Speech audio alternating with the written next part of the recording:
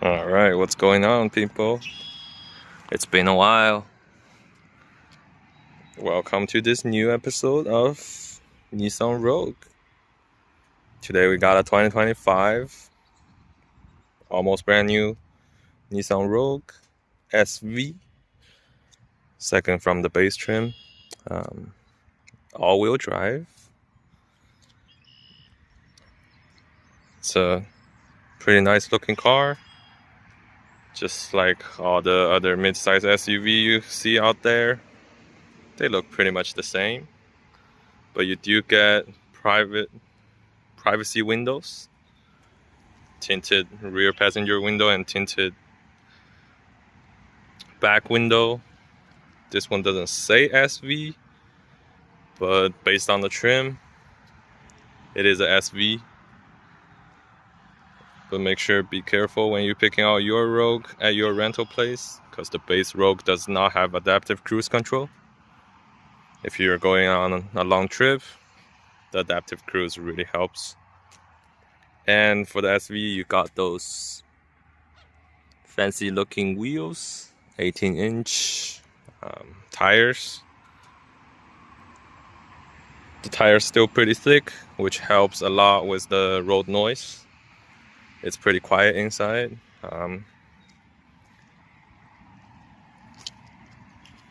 When I was going on the highway, on the key fob, you do get the newest Nissan key fob. Lock, unlock, hold to open the trunk. It is automatic, and hazard, also a remote start. So for Nissan, have to press the lock twice, press and hold the remote start, and we have started this beautiful Nissan Rogue. Under the hood, you get a 1.5 liter turbo 3-cylinder. They don't advertise their 3 cylinders. They don't tell you it's a 3-cylinder. They just tell you it's a VC turbo.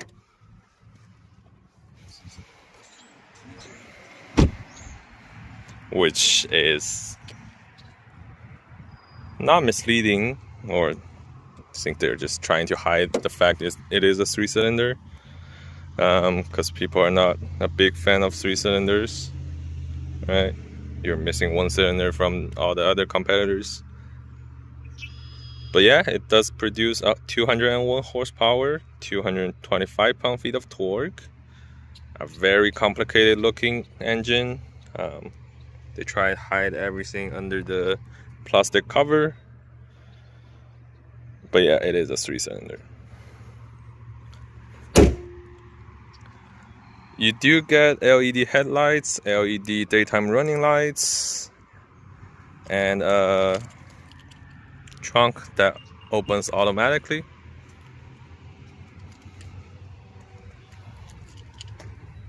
Decent trunk space. Fits my 2 bigger luggage and 1 small carry-on pretty well. And you do get not a full size, but an actual spare. That bar looking thing makes it look a little cheap, but yeah, at least you do get a spare.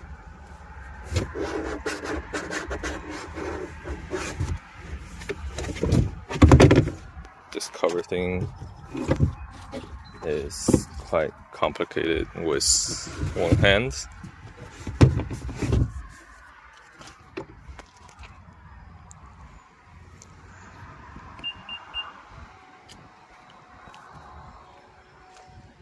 And getting inside the Rogue, it is a 2025 with only 5,000 miles. The start-stop, they hit it down there. I was always reaching behind the steering wheel. But Nissan seems like they love to put start-stop buttons on random places.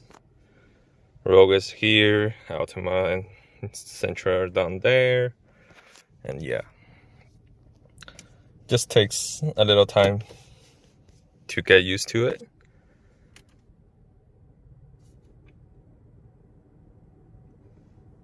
And up here you do get a older styled Nissan infotainment screen.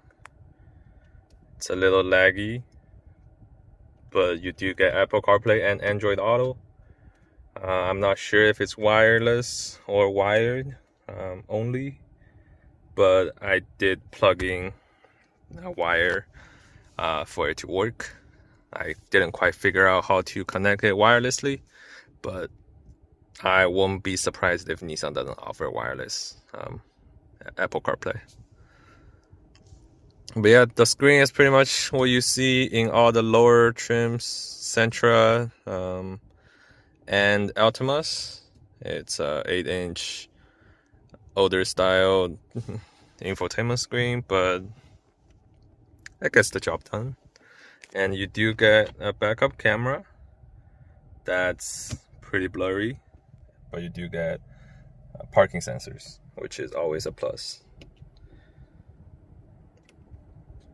Down here, you don't have USBs. You have two USB-C and a cigarette lighter, which is very essential. Start-stop here, and your shifter is a funny-looking shifter. So press is parking.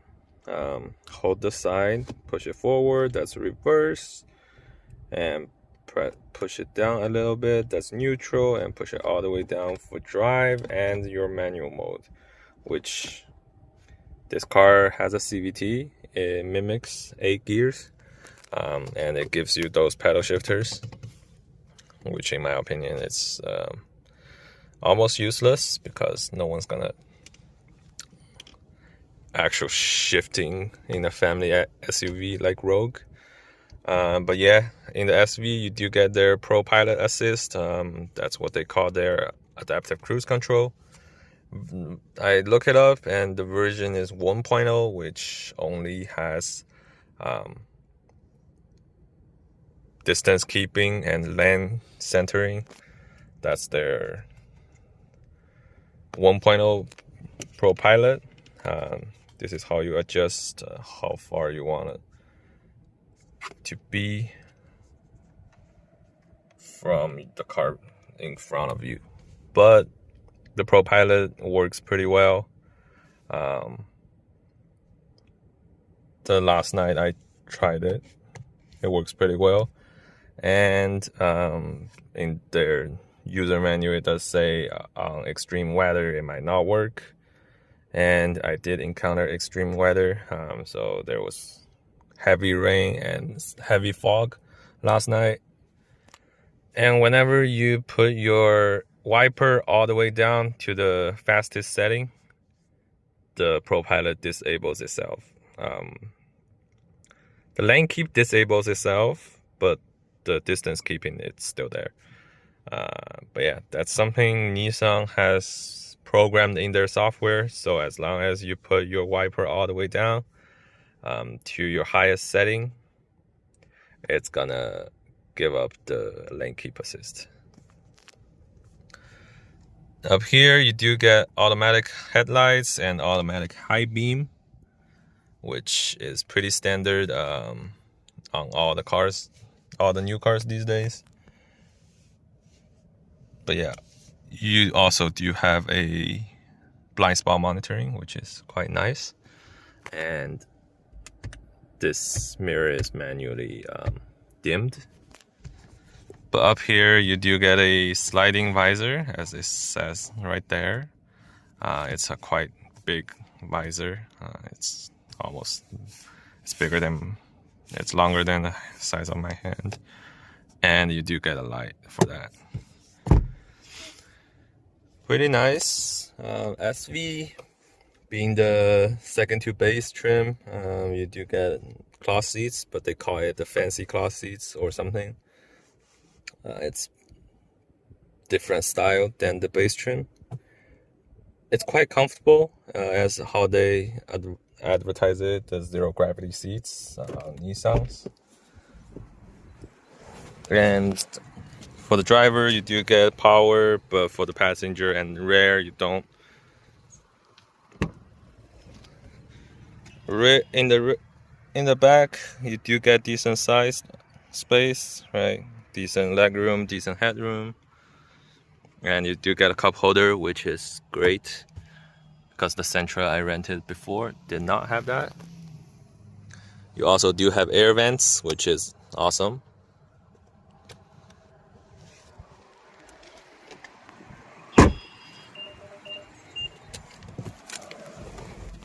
The beep is just indicating that the key has left the vehicle. Since it's an all-wheel drive, you do get a screen showing how much power goes to the front wheel, how much power goes to the rear, and also you get a turbo gauge that you can monitor if it's using turbo or not. Tire pressure sensor, pretty good. And also there's a stop-start function in this vehicle. That's what I got. The MPG averaged 34.5 last night. Driving mainly highway, almost no city, like 95% highway, maybe 5% city. And I did average 34.5 MPG. On their website, they said 30 in the city, 37 on the highway, which the 34.5 is quite amazing for a car this size. And it's not a hybrid, right? So regular midsize SUV like Hyundai Tucson, Kia Sportage, I don't think they will ever got 34.5. But yeah, that's what the computer shows. I am not sure if that's true or not. If it's true, that's amazing. Kudos to Rogue and its tiny 3-cylinder. The 3-cylinder actually, it is quite powerful. So when you press your accelerator down, it goes. It really goes. And drive mode, you got auto, eco, sport, snow, and off-road, which I don't think anyone's gonna take it off-road. Okay, so snow mode turns off your lane keep and your blind spot. And you do see a little snow icon down there.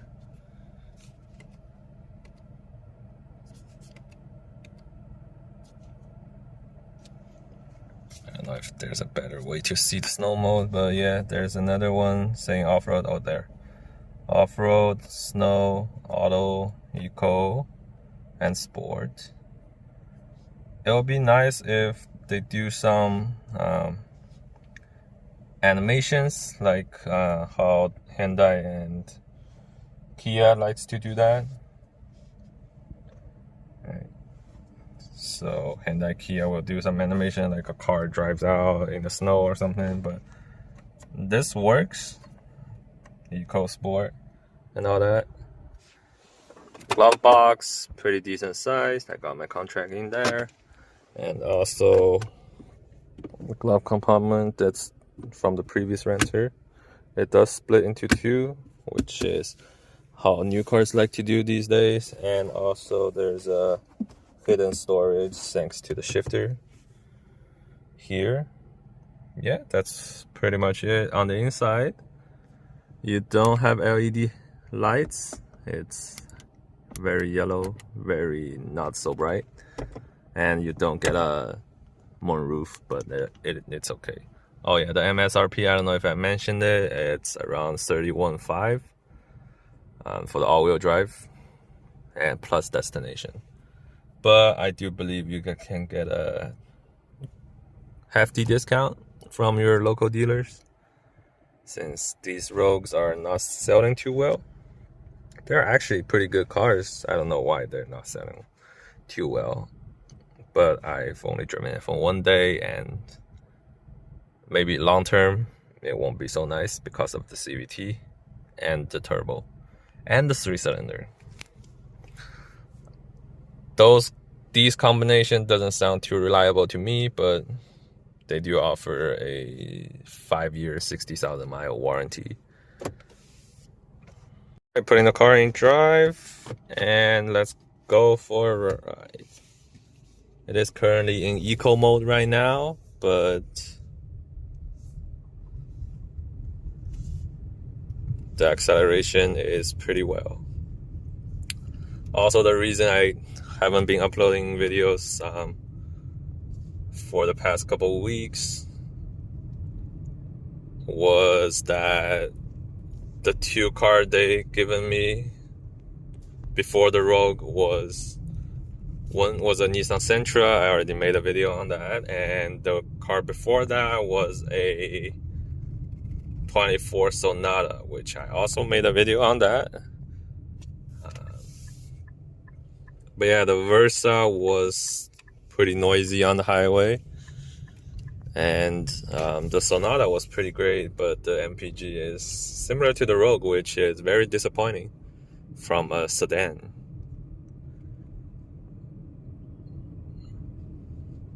And I'm doing mainly highway. I was even going slower on the Sonata. I was going like 70 miles with the adaptive cruise, and Rogue I was going 80 plus. So 34 is really good if it's true, right? The trip computer doesn't always tell you the truth. So for the ProPilot, it just activates that and you press set. It's gonna say ProPilot Assist, and there's a steering wheel for that, which means it's gonna see it's slowing down as the car is gonna turn right. The beep means it gives up lane centering, so it wants you to take over, but the adaptive distance following was always there. And it beeps quite a lot with you not being in the center of the line and you're getting closer to the, like that, you're getting closer to like to the lane next to you. So it beeps to you and wants you to steer a little bit, although it advertises as it can steer itself. I do remember the first ProPilot came out also in the Nissan Rogue. It was either 2018 or 2017. I got a Rogue SL, which equipped with the ProPilot Assist. That one can actually change lane itself. So that was a 2018 SL all-wheel drive. So whenever you put on your signal on the highway, it's gonna detect if there's a car behind you, and then it's gonna shift lane itself or change lane itself, which back in the time, it really amazes me. But this ProPilot is basically adaptive cruise control with lane keep assist. It's not the ProPilot I thought it will be, but I guess it gets the job done. Also, this they say on their website this is the ProPilot 1.0, and if you step up to the SL or the Platinum, you're gonna get the ProPilot 1.1. Now it's a good time to do a 0 to 60, put it in sport.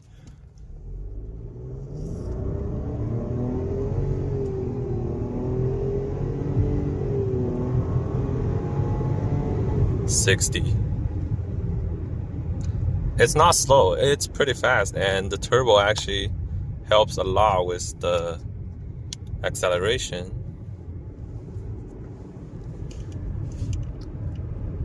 And also there was a little slope back there, so it slows down a little bit. This is definitely on the faster side of all the midsize SUVs with the base engine, right? Because all Rogues has 1.5, right? And RAV4 has the 2.5 gas. Tucson has the 2.5 gas, and also the Sportage has the same. This is faster than all of those other 3 gas engines. But once there's the turbo and there's the hybrid on the higher levels on those other cars, the Rogue might not be the fastest. Where were we? Oh yeah, the ProPilot. This one has the 1.0. SL has 1.1, but I don't know the differences. I tried to look it up online, but the differences is very minimal. I think it's still a normal standard adaptive cruise control, but it steers for you, but you still need to keep your hand on your steering wheel.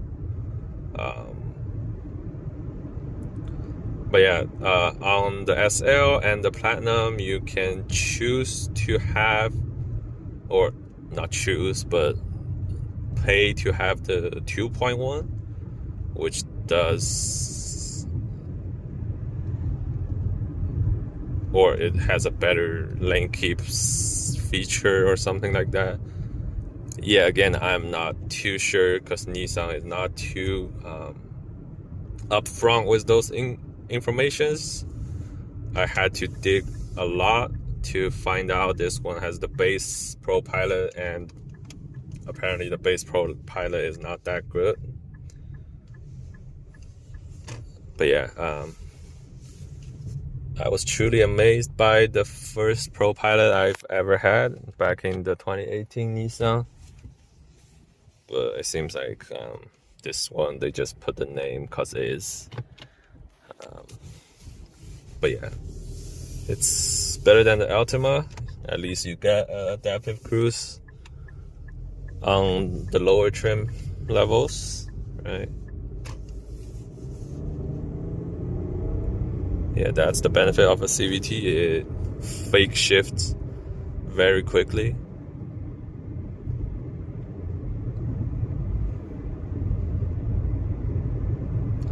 Also, I saw a turtle on my way here, and it was trying to cross the road.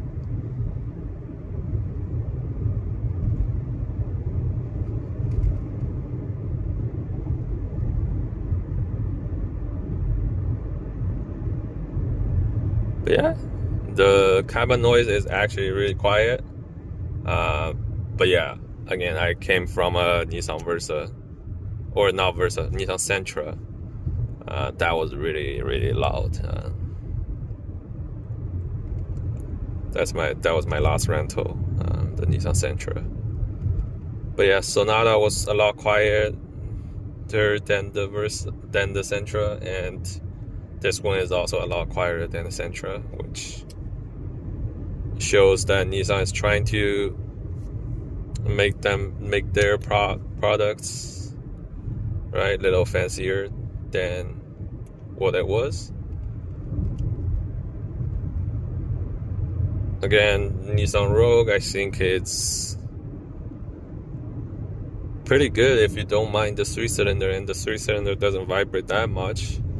It just like it feels just like the normal 4-cylinder any other midsize SUV will have. And the power was great. The MPG was pretty good. And decent size. I think it's really big compared to other competitors.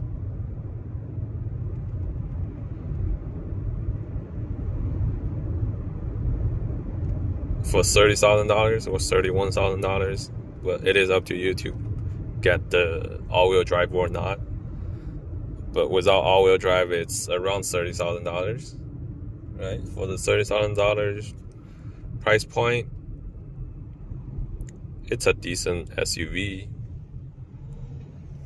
But reliability-wise, in the long term, turbo 3-cylinder CVT doesn't sound too promising.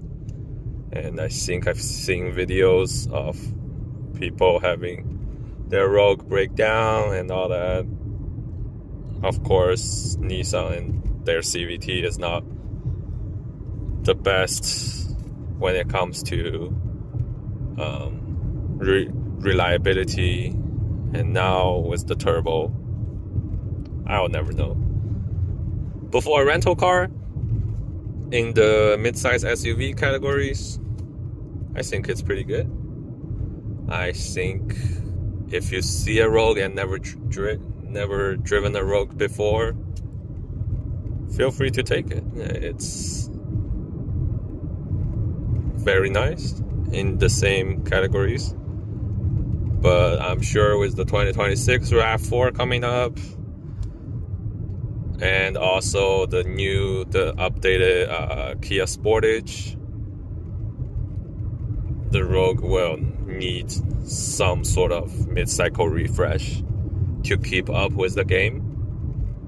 Only if Nissan stays in the game, right? Because they did almost bankrupt or something a couple weeks ago or a couple months ago.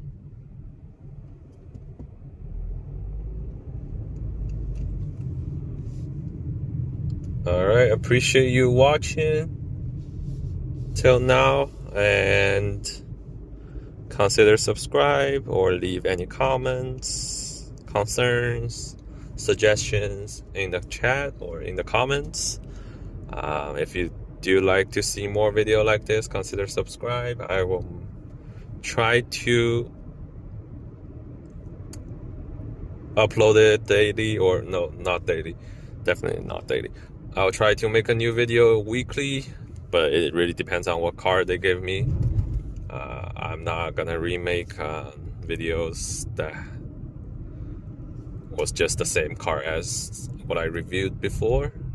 But yeah, appreciate you watching till now, and leave any comments in the comment section, and until next time, I will see you later.